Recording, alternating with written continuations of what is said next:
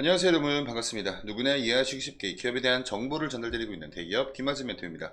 오늘도 SP소프트 같이 살펴보겠습니다. 지금 그동안에 이 보합권 흐름을 좀 깨주는 상승이 나와주고 있거든요.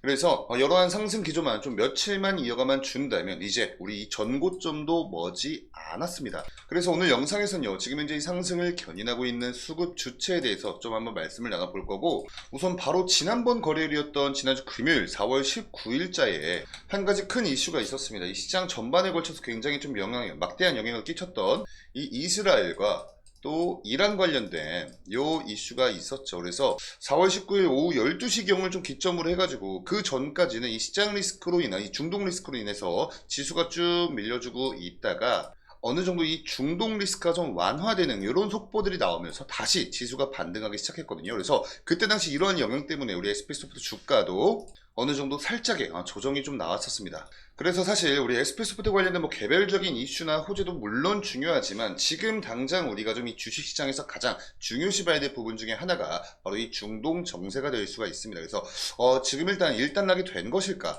이러한 부분을 오늘 영상에서 같이 한번 좀 돌아보면서 차트로 넘어가서 관련된 말씀을 한번 나눠보는 시간을 가져보도록 할게요. 우선 주말 동안 이렇게 올라왔던 이슈였습니다. 이란의 겁만준 이스라엘 방공망이 못 잡아내는 미사일을 사용을 했다 해가지고 4월 21일 어제자로 올라왔던 이슈였습니다. 이 내용들 뭐 다 볼 건 아니고요. 딱 이 문단만 보셔도 될 것 같습니다. 지난 19일에 이스라엘의 이란 핵시설 인근 지역 공격을 두고 이스라엘이 마음만 먹으면 이란 방공망을 뚫고 들어가서 피해를 줄 수 있다는 경고성 메시지를 보냈습니다. 그래서 이스라엘의 공격에 대해서 이란이 즉각적인 대응을 하지 않으면서 일단은 이 전면전 발생 가능성은 적어지고 있는 그런 분위기죠. 그래서 이 내용 때문에 4월 19일 날 금요일 장에서 이런 부분이 고스란히 이 지수에 반영이 되면서 굉장히 많은 종목의 주가에 영향을 끼쳤어요. 그래도 좀 불행 중 다행으로 끝에는 이런 가능성, 그러니까 즉 확전 가능성이 적어지는 분위기다. 즉 지금 이 주식시장에서 안고 있는 중동발 리스크가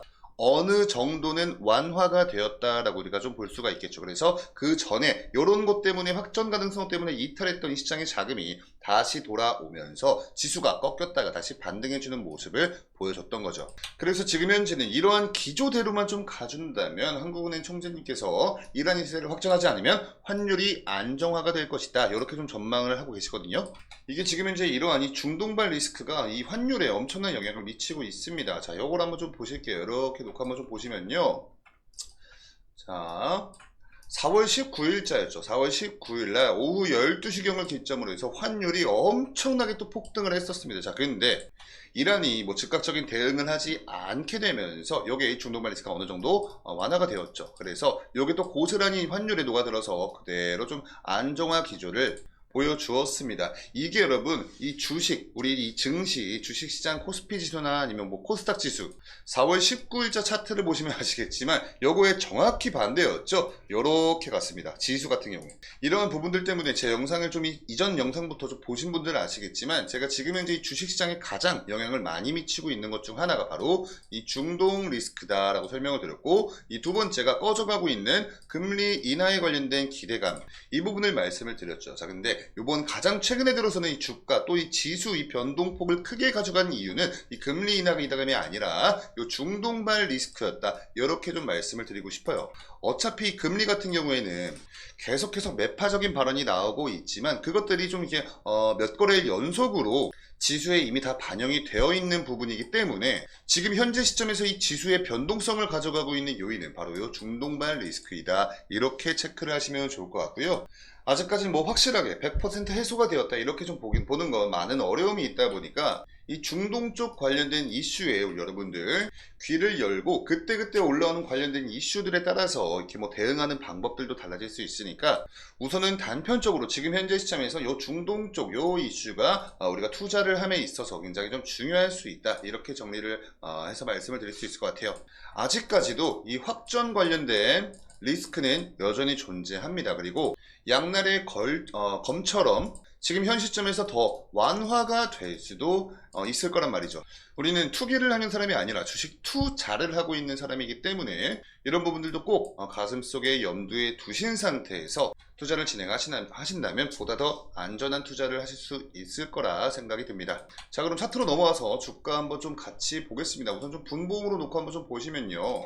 우선 4월 19일자 이때부터 한번 좀 보겠습니다. 이렇게 놓고 보시면 잘 가고 있다가 이렇게 쭉 주가 조정이 나왔거든요. 그러다가 이쪽에서 저점 확인해주고 난 다음에 반등이 나왔어요. 자, 요 그림을 여러분들 잘 기억을 하신 다음에 이 코스닥 지수 차트를 같이 또 보시면요. 바로 요거죠.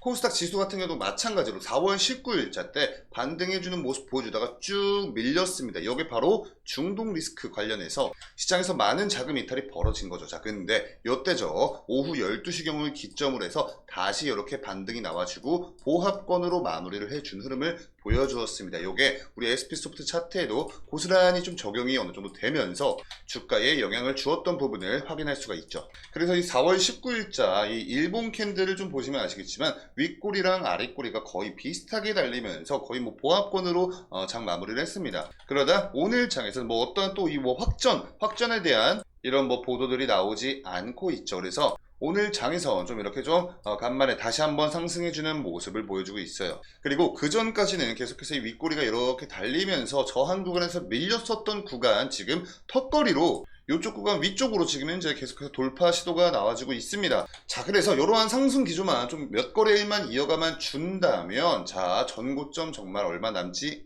않았습니다. 그래서 요 며칠간의 이 수급 주체들의 동향을 한번 좀 놓고 보시니까 좀 고무적인 부분이 한 가지 있었죠. 바로 기관의 수급이었어요. 그 전까지 기관들은 수급량이 그렇게 많지는 않았습니다. 그래서 제가 여러분께 강조를 드렸던 게 우리 개인들은 주가를 끌어올릴 만한 힘이 없다 보니까 외국인 수급과 기관의 수급이 중요하다. 자, 근데 우리 SP소프트는 기관의 수급이 거의 없다시피 하다 보니까 외국인 쪽 수급이 굉장히 중요할 수 있다. 이렇게 좀 정리를 해서 말씀을 드렸었는데, 자, 4월 18일자 기점으로 해가지고 굉장히 오래간만에 기관에 많은 물량이 한꺼번에 들어온 모습을 우리가 볼 수 있었습니다. 그리고 이 지난번 거래일치 4월 19일자 때 요때 좀 어느 정도 매도 물량이 나오긴 했지만 들어온 만큼 나가지는 않았기 때문에 아직까지는 기관들의 물량을 보유하고 있다. 이런 계산이 나올 수가 있겠죠. 그리고 지금 현재 이 주가 상승을 견인하고 있는 수급 주체는요.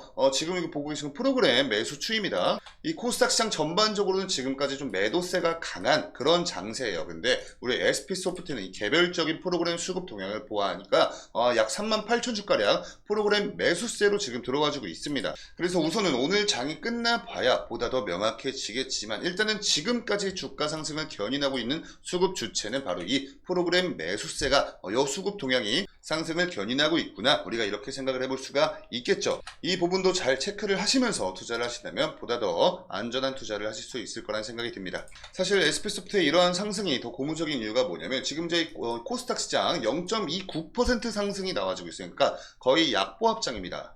이런 약보합장에서 거의 뭐 7%, 8%대 상승을 해주는 모습을 보여주고 있기 때문에 몇 안 되는 이 시장의 장세를 이기는 종목이다, 이렇게 말씀을 드릴 수가 있겠고요. 아까 전에 말씀드렸던 이 중동 관련된 이슈들과 좀 더불어서 지금 현재 이 수급 주체들, 주가 상승을 견인하고 있는 이 수급 주체들, 이런 것들 같이 잘 파악을 하시면서 투자를 진행을 하신다면 리스크는 좀 그래도 적게, 그리고 투자 성과는 보다 더 크게 이런 투자를 할 수 있는 가능성이 높아지지 않을까, 이런 생각이 듭니다. 자, 여기까지 SP소프트 관련된 말씀 한번 좀 같이 나눠봤고요.